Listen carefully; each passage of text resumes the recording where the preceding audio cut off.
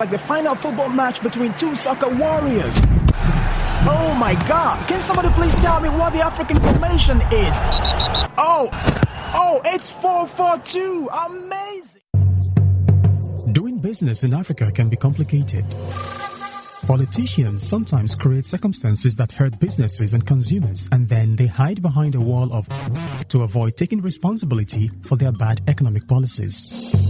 On Red Tape Africa, we slice through the jargon, drawing a direct link between government actions and their effects on businesses across the continent. Red Tape Africa is where we break down the jargons of business and economic policies in plain English so that you can understand how the impacts on your business and on you. Join us every Tuesday and Thursday on Africa Business Radio as we deliver an impartial verdict on these policies. Red Tape Africa, economic policy impact in plain English.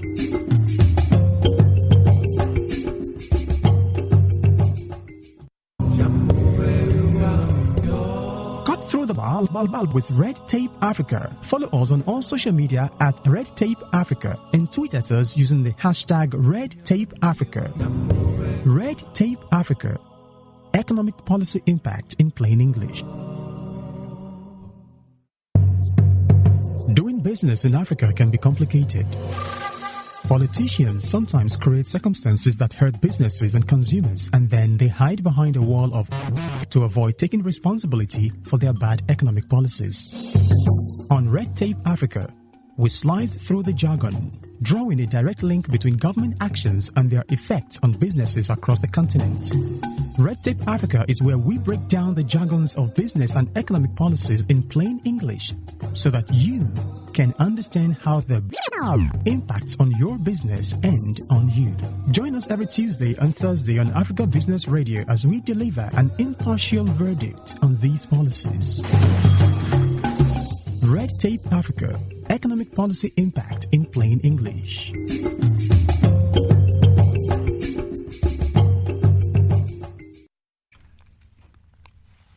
Isolation is a self-defeating dream. That is a quote from Carlos Salinas de Gortari. My name is David Hundeyin, and you are listening to the third episode of Red Tape Africa on Africa Business Radio, where we break down economic policies in plain English and link them directly to you. No long stories. On Red Tape Africa today, we are discussing the government's new policy to ban all imports and exports through Nigeria's land borders, which was announced yesterday. And in the studio with me today, I have Head of Research at SBM Intelligence, Cheta Nwanze, and Stanley Ikechukwu, who is, Primary lead field research at SBM Intelligence. Great. Later on in the show, we're also going to get to hear from Grace Alex, who is a tech policy researcher at Georgetown University, for her take on this issue. We'll be right back.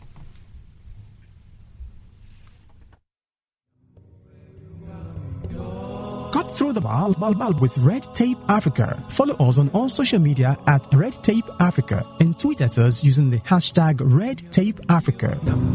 Red Tape Africa, economic policy impact in plain English.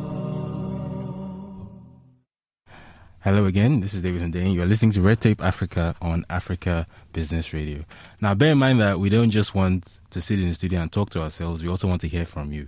So tweet at us with the hashtag Red Tape Africa, that is hashtag Red Tape Africa and hashtag Africa Business Radio. And you can also send in your voice notes on WhatsApp to the number +234 701 650 8975. That is +234 701 650 8975. Don't forget to like and follow our Twitter, Facebook, and Instagram pages at Red Tape Africa and at Africa Business Radio. So, gentlemen, let's get straight into it today. Now, we heard yesterday that the federal government, in pursuance of its policy to close the borders, which we spoke about a couple of weeks on this show, has forthwith banned all imports and exports through Nigeria's land borders. I know Cheta in particular has had quite a bit to say about this on social media, so I want to start with him. So, first of all, for the benefit of our listeners who may not understand the full implication of what was announced yesterday. What does this mean for say, someone who is not even involved in importing and exporting, for a random person, for me? What does this new policy mean? It means nothing to you, really. On the surface, of course, unless you are going to one of our neighboring countries. Bear in mind, Nigeria is surrounded and has land borders with 4 countries: Benin, Niger, Chad, and Cameroon. We have border crossings in various, of course, the border crossing with Chad, or the potential border crossings with Chad, don't exist at the moment because of certain people that we'd rather not talk about. But the most popular border crossing in the country is the one at Seme. Yes. That's the one everybody knows. It's a border crossing with the Republic du Benin. We also have another famous border crossing at Idiroko. Then another famous border crossing is at Ikom in Cross River State, from which you cross into Cameroon. Then, rounding up the top 4 most famous border crossings in Nigeria, we have the one at Jibia in Katsina, which we share with Niger Republic. Banning, essentially closing the land borders is, and I'm looking for a very polite word here, insert word here, not a very positive word. It's something that will not end well. I don't call myself a prophet, but this is something I can say quite bluntly, that it will not end well. There are a lot of manufacturing organizations, for example, who manufacture products in Nigeria and exports. They have contracts that have been signed. So essentially, you've automatically put them into a force majeure mode. That means losses. That's for a start. The arbitrariness in which the borders were closed, the customs does not have the rights to just wake up and close the borders without recourse to the National Assembly, for example. The arbitrariness makes a very bad look for Nigeria as a business destination. Yes. And that's what people need to understand, is that perception at any given point in time, perception is reality. So the moment the foreign investors that we keep begging to bring their money into the country have that perception that that somebody in government can wake up at any point in time and just close the borders, then they're not going to bring their money here. End of story. It's not even an argument. It's not a discussion. It's like, it's their money. Now they beg. Yeah, now they do anyhow. So I'm going to come to Stanley in a second, but I just want to quickly get your take on this. So I've spoken quite a bit in the past about how the current administration seems to have this fixation with autarky. So the idea that international trade in itself is a problematic thing. Yes. That everything must be locally produced, locally consumed. Nigeria must be a sort of North Korea kind of economy. Well, the thing is, North Korea is not even... North Korea is an enforced autarky because North Korea does trade with China. Right. Yeah, so the best example of autarky really is China itself, under Mao Zedong, what they call the Great Leap Forward, which ended up in the disaster called the Great Famine. And then Pol Pot's Khmer Rouge's Cambodia. Those are the best examples of autarky, and in both cases it's ended disastrously. You had a situation where in the Great Famine in China, 13.5 million people, 1, 2, 3, 4, 5, 6, 7, 8, 9, 10, 11, 12, 13 and a half million human beings died. For Cambodia, which has a significantly smaller population than China, close to 1 million people died. No, I think it was over 1 million people, but it was around that. Now, let us go back into our own history. President Buhari, like it or not, at this point is our president. President Buhari used to be head of state Buhari between January 1, 1984 and August 27, 1985. And towards the end of 1984, he closed the borders. Precisely what he's done now. Right. A lot of it was enforced by the NSO under a certain Muhammadu Rafin Dadi anyway. And they gave so many excuses. The initial excuse that they gave was that they were trying to prevent politicians from escaping from the country. When that excuse was no longer tenable, they changed it to, they are trying to prevent smuggling from happening. When that was no longer tenable, they changed it to, we're trying to change the currency. They kept shifting the goalposts. Bottom line is that the borders remained closed until Buhari was overthrown. And in that time, you see, what these people do not seem to realize, or no, I rephrase, what people do not care about is the fact that simple economics states that there's something called supply and demand.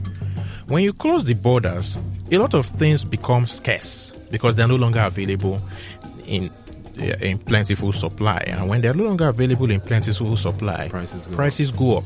We are already beginning to see that. Tomorrow we are publishing our Jollof Index, which basically is an oblique way of measuring food inflation. I can tell you that prices have gone up. The National Jollof Index, the average has gone up already. And this is where I would love to loop Stanley into the conversation. So, Stanley, you are a numbers man. Okay. Probably more so than anyone else in the studio.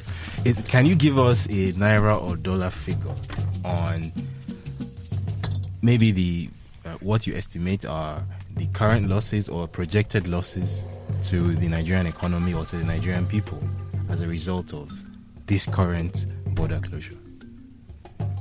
Well, the losses so far has been so big, yeah, and we're really not seeing the effect right now, but maybe in another 1 month to understand what these losses are.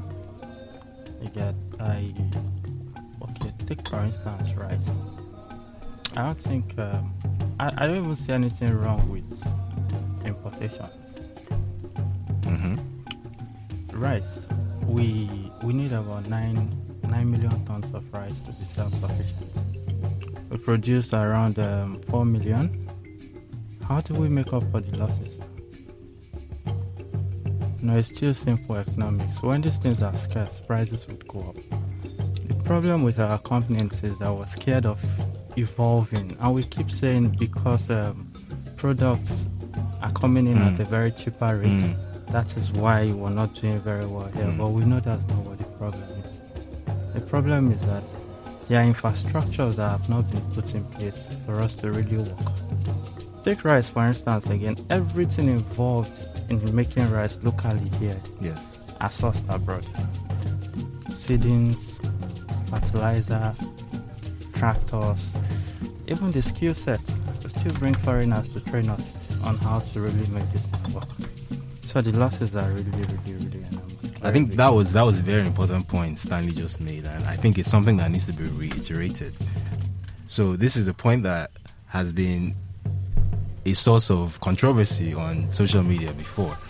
This idea that it is possible to just produce your way out of anywhere you find yourself in. And what he has said is that in the case of rice production, for example, the inputs themselves are sourced from abroad. Yeah.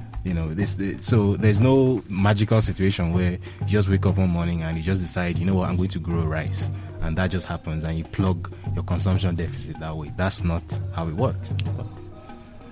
So, looping Cheta back into the conversation now. If you were to have a one-on-one, I mean, it's very unlikely at this point. If you were to have a one-on-one with the head of this administration's economic policy team, and you were to have the opportunity to advise them, right? Putting aside the reopening the borders, or because that seems to be a policy that is set in stone now, and the government seems ready to die on this hill that borders must be closed. What palliative measure can you suggest around this, or is there no other way around it? You asked the wrong question. You said if I was to have a conversation with the head of this administration's economic team, economic policy team. If I'm correct, at this point, the head of this administration's economic policy team is a certain Professor Doyin Salami.